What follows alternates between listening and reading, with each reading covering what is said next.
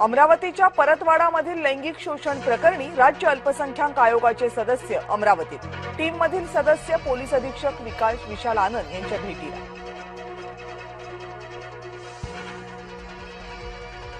नाशिकमध्ये सकल हिंदू संघटनांचा मोर्चा. टीसीएसमध्ये घडलेल्या घटनेच्या निषेधार्थ मोर्चाचं आयोजन. मोर्चात मोठ्या संख्येनं हिंदू संघटनांचे कार्यकर्ते सहभागी. धर्मांतर प्रकरणाचा तपास आता एटीएसकडे. नाशिक शहरात एटीएसचं पथक पोहोचलं. केंद्रीय तपास यंत्रणांकडून गंभीर दखल.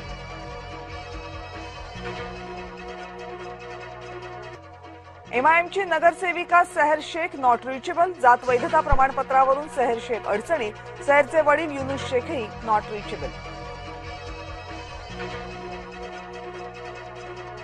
खरात प्रकरणी केसरकरांचा कथित पीए दीपक लोंढेची चौकशी. शुक्रवारी हजर राहण्याचे शिर्डी पोलिसांचे आदेश. लोंढे आणि पत्नीच्या नावे समता पतसंस्थेत 4 खाती. कोट्यवधींचा व्यवहार.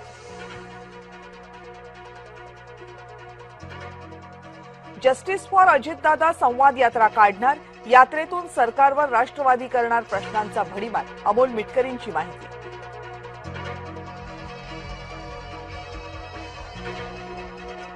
नागपूर शहर काँग्रेसमधील मतभेद पुन्हा चव्हाट्यावर. अध्यक्षपदाच्या निवडीवरून पक्षातले अंतर्गत मतभेद उफाळले. संघटन सृजन अभियानाच्या पार्श्वभूमीवर बैठकीत 2 गट आमने सामने.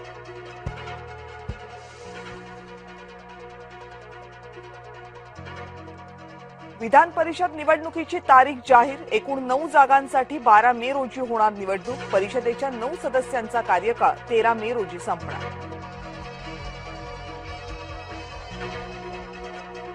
जळगावच्या शेंदुर्णीत घरगुती गॅस सिलेंडरसाठी रास्ता रोको. संतप्त ग्राहकांचे रिकामे सिलेंडर रस्त्यावर आडवं टाकून आंदोलन. घरगुती गॅस सिलेंडरसाठी महिनाभर प्रतीक्षा.